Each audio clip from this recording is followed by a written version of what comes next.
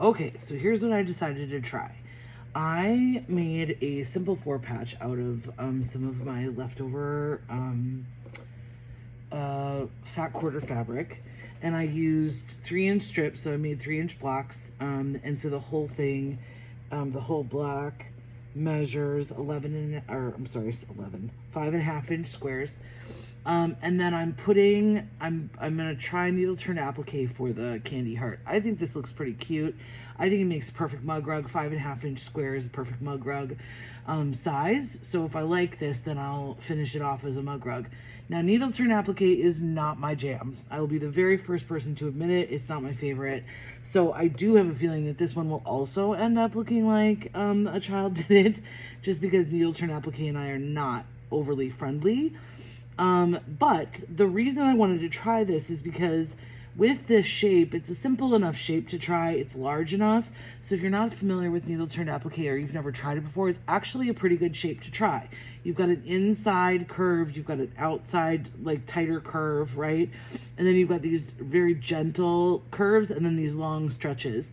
So in order to prep this for needle turn applique, what I did was I cut it out with about 1/8 of an inch seam allowance around the outside. Then I trimmed just little cuts into the edges, and then I folded it under with my iron, and ironed it down. And then really when I'm doing this, I'm going to use the edge of my needle, hold it down, and then I'm going to go underneath the fabric. So I'm going to put my needle underneath the fabric and grab the base fabric, and then I'm going to go out through the fold of the fabric. Do you see that? Out through the fold of the fabric.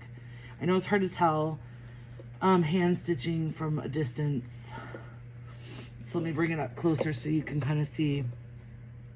So you see I've got my fold of the fabric here, and there's my little stitch. So I'm going to take my needle. This is actually a pretty large needle. Most people who do needle turn applique use much smaller needles. I, of course, have these giant hands and giant fingers, so the small needles don't work for me. But I'm going to go underneath the fabric, grab the base fabric, and then I'm going to go out through the fold here, and then I'm going to pull my stitch. Excuse me. Homesick today. So, and the reason it's called needle turned is because then I'm going to use my needle to tuck the next round of fabric underneath, like that, see, frustrating for me. Okay, so some people use sizing to help keep these folds nice and crisp. Some people use templates. There's all kinds of different tools for people who applique a lot and applique smaller things, but you should be able to applique, or you should be able to at least get the start of a large shape down on a simple background, pretty straightforward without a lot of specialty tools. But that's why it's called needle turned, because I'm using my needle to tuck the fabric, and then I'm going back here, come out through the edge.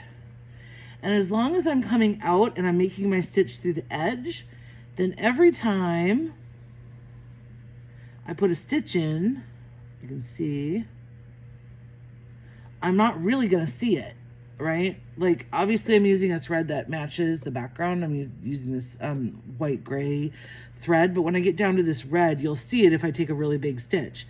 So I want to take small stitches and come out through the fold so that my stitch stays on the edge of the applique and not right in the middle. Does that make sense?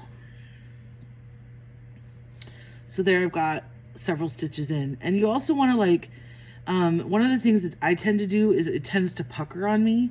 So I kind of am constantly just flattening it out with my hand just to make sure that I'm not getting deep puckers, because you're going to see the pucker more than you see the stitch.